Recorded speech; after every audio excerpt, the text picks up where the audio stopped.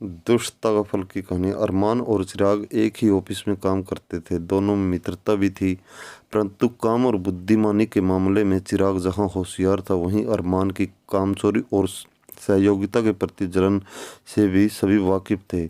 एक तरफ अरमान जहां शौक काम से जी चुराता था, वहीं दूसरों के काम बिगाड़ने के लिए वह हमेशा साजिशें रचता रहता था। चिराग से दोस्ती होने के बावजूद वह उसे हमेशा नीचा दिखाने की कोशिश करता रहता, परंतु चिराग सब कुछ जानते हुए भी अरमान की हरकतों को नज़रअंदाज कर देता था। ऑफिस में आए दिन अरमान की हरकतों से सभी कर्मचारी परेशान रहते थे।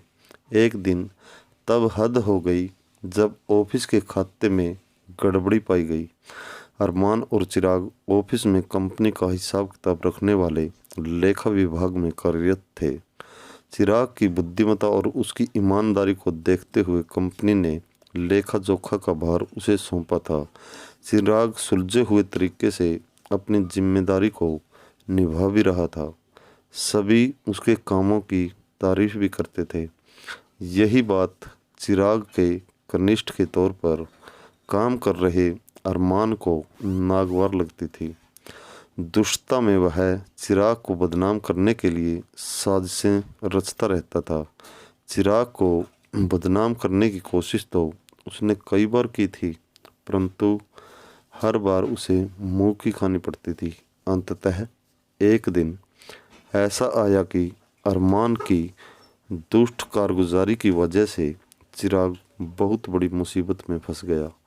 दरअसल ऑफिस के हिसाब में 50,000 रुपये की गड़बड़ी पाई गई।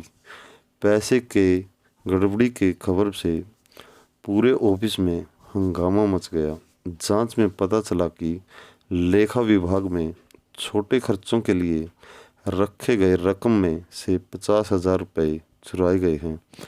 शक की सुई सीधे तौर पर चिराग पर गई। चिराग के लाखों सफाई के बावजूद कंपनी प्रबंधन ने उसके तर्क को नकारते हुए उसे नौकरी से निकाल दिया, जबकि पैसों के गबन की हकीकत कुछ और थी। पैसे अरमान ने चुराए थे। चिराग भी इस बात को जानता था, परंतु कोई सबूत न होने के कारण वह अरमान को दोषी ठहराने में असमर्थ था। इधर अरमान अपने मंसूबे को पूरा होने पर मन ही मन खुश हुआ था। अब जैसा कि संभावित था, पैसों के गबन में एक बार सफल होने के बाद अरमान की हिम्मत बढ़ गई। उसने देखा कि चोरी तो उसने की थी, परंतु फंसा तो चिराग और सज़ा भी उसे भुगतनी पड़ी। वह एक बार फिर से पैसे चोरी करने की योजना बनाने लगा, परंतु उसे यह पता नहीं था कि ऑफिस के अन्य सभी कर्मचारी चिराग वाली घटना के बाद से सतर्क हो गए थे। इसकी वजह थी कि कोई भी कर्मचारी चिराग को दोषी मानने को तैयार नहीं था। सभी को लगभग अरमान पर ही शक था। इसी शक के मद्देनज़र सभी की नज़रें हमेशा अरमान की गतिविधियों पर लगी रहती थी, परंतु दुष्ट अरमान को अपनी चालाकी पर बड़ा गर्व था और वह छिपी नज़रों की जासूसी से अनजान बना रहा। कई दिनों से लेखा विभाग से पैसे चुराने की जुगत में लगे रहे अरमान को आज मौका मिला था। लेखा विभाग के प्रमुख को अचानक एक इमरजेंसी फ़ोन आने के कारण कुछ देर के लिए बाहर जाना पड़ा। जल्दबाजी में वह नकद वाले अलमारी की चाबी अपने टेबल पर ही भूल गए। अरमान की नज़रें उस चाबी पर गड़ी रही। वह लंच के समय का इंतज़ार बेसब्री से करने लगा। उसे डर था कि कहीं बड़े बाबू लंच से पहले वापस न आ जाएं। कुछ समय पश्चात लंच का समय आया और लेखा विभाग के सभी कर्मचारी लंच के लिए बाहर जाने लगे, परंतु अरमान वहीं अपनी कुर्सी पर जमा रहा। एक सहयोगी के पूछने पर उसने बताया कि आज उसकी तबीयत ठीक नहीं है, इसलिए वह लंच करने बाहर नहीं जाएगा। अरमान के व्यवहार पर अन्य कर्मचारियों को शक हो गया था। अंततः सभी ने फैसला किया कि आज अरमान पर विशेष नज़र रखी जाए। उसकी हरकतों पर नज़र रखने के लिए मोबाइल फ़ोन से रिकॉर्डिंग करने का फैसला किया गया। सभी कर्मचारियों ने लंच के लिए बाहर जाने का कार्यक्रम त्याग कर और वहीं कमरे के बाहर छिपकर अरमान की निगरानी शुरू कर दी। कुछ देर तक तो अरमान अपनी कुर्सी पर बैठा रहा। कुछ देर बाद जब उसे लगा कि अब सभी बाहर चले गए हैं, तो उसने निश्चिंत होकर बड़े बाबू के टेबल पर रखी चाबी उठाई और अलमीरा खोलकर वहाँ रखी पूरी नकदी को उठा लिया। महीना का अंत होने के कारण आज नकदी कम थी। उसने झटपट नकदी निकाली और अलमीरा को बंद कर नकदी को अपने टेबल के दराज में रखे फाइलों के नीचे दबा दिया। किसी को शक न हो इसलिए चाबी को बड़े बाबू के टेबल के दराज में डालकर उसने एक लंबी सांस ली और घबराहट में माथे से टपक रहे पसीने को पोंछकर अपनी कुर्सी पर इत्मीनान से आकर बैठ गया। उसे नहीं पता था कि उसकी हरकतों पर भी सभी की निगाहें लगी हुई हैं और उसे मोबाइल में रिकॉर्ड भी किया जा रहा है। कुछ समय बाद लंच का वक्त ख़त्म हो गया और सभी कर्मचारी अपनी अपनी जगह पर आकर बैठ गए। इस दौरान लेखा विभाग के बड़े बाबू भी लौट चुके थे। सभी शांत भाव से अपने काम में जुट गए, परंतु अरमान के चेहरे पर घबराहट और तनाव के लक्षण स्पष्ट दिख रहे थे।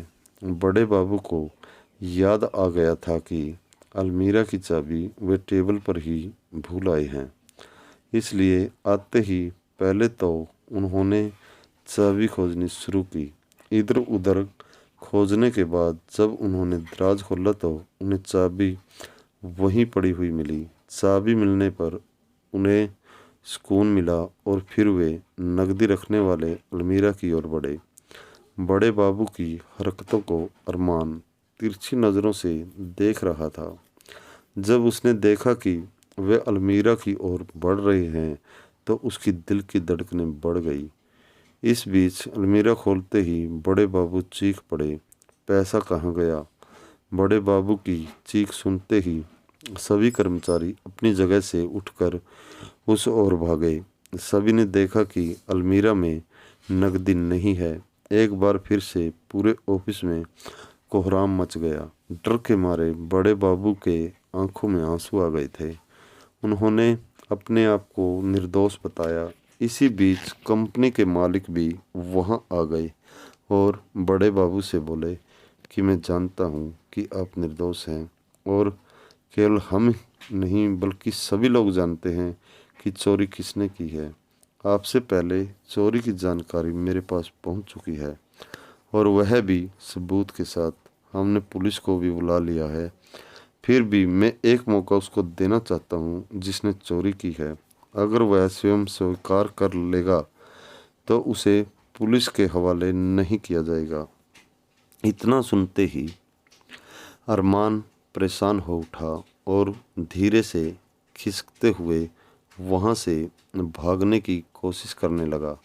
उसे नहीं पता था कि सबकी निगाहें उसी के ऊपर है। जैसे ही अरमान दरवाजे की ओर लपका, एक कर्मचारी ने उसका हाथ पकड़ लिया। इसी बीच पुलिस भी वहां आ गई थी। कंपनी के मालिक ने अरमान के लाख गिड़गिड़ाने के बावजूद उसे पुलिस के हवाले कर दिया। आज सभी को अरमान की दुष्ट प्रवृत्ति के कारण चिराग जैसे होनहार कर्मचारी को खोने का दुख हो रहा था, परंतु सभी को इस बात की थी कि अरमान को उसके किए का फल मिल गया और आगे से उसकी दुष्टता का शिकार ऑफिस में किसी और को नहीं होना पड़ेगा। इस कहानी से हमें सीख मिलती है कि हमें किसी के प्रति दुष्टता का भाव नहीं रखना चाहिए। दुष्ट प्रवृत्ति का व्यक्ति कुछ समय के लिए किसी को दुख जरूर पहुंचाता है, परंतु एक ऐसा वक्त आता है जब उसके कर्म ही उस पर भारी पड़ते हैं। अरमान ने चिराग के प्रति दुष्टता रखी। परिणाम स्वरूप अरमान को अपमानित होकर नौकरी से जाना पड़ा। यह ईमानदार और शरीफ आदमी के लिए एक बार का दुख था, परंतु अरमान जैसे दुष्ट आदमी को अपने किए के लिए हवालात की सैर करनी पड़ी। यह उसके लिए जीवन भर का कलंक बन गया। दुष्टता का फल इससे बड़ा और क्या हो सकता है। दोस्तों, इस तरह की मनोरंजक कहानियाँ देखने के लिए हमारे चैनल को सब्सक्राइब करें, ज़्यादा से ज़्यादा शेयर करें और बेल आइकन को प्रेस करना न भूलें। धन्यवाद दोस्तों। जय हिंद।